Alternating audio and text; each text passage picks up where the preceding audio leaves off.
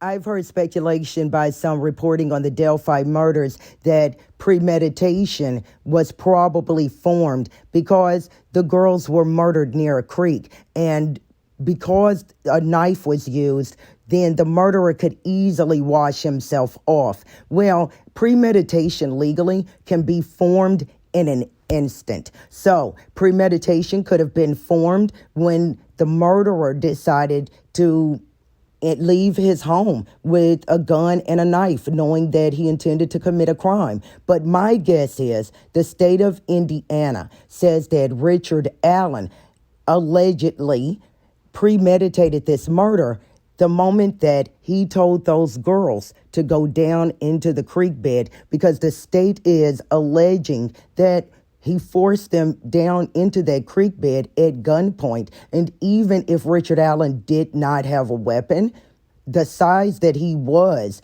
being an adult male at that time, the girls likely would have been intimidated. So like I said, premeditation could have been formed in an instant. The creek bed likely was chosen by the killer because it was close and it was off of the main trail. Go down there. See, you would have to turn and walk down a little bit. I don't know if their killer was already thinking ahead about washing himself off. According to the state, the murderer had two weapons on his person, a gun and a knife.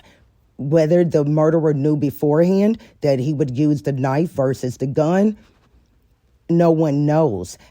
Reportedly, there is an eyewitness, a woman who saw a man on the bridge that day. And according to this woman, the man was wearing a blue coat, blue jeans. He was muddy, bloody, and looked as though he had been in a fight.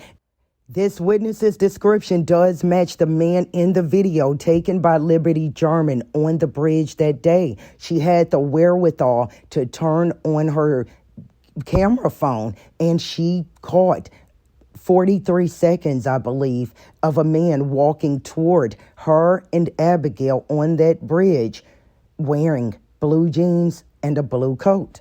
So remember, premeditation can be formed in the matter of seconds. Whether or not this killer thought that, hey, I'm going to use a knife, I'm going to wash off in the creek bed, I don't know about that. I don't know if the murderer would have felt comfortable enough to go and spend the time to wash off in a creek bed with the bodies of a 13 and 14-year-old girl nearby.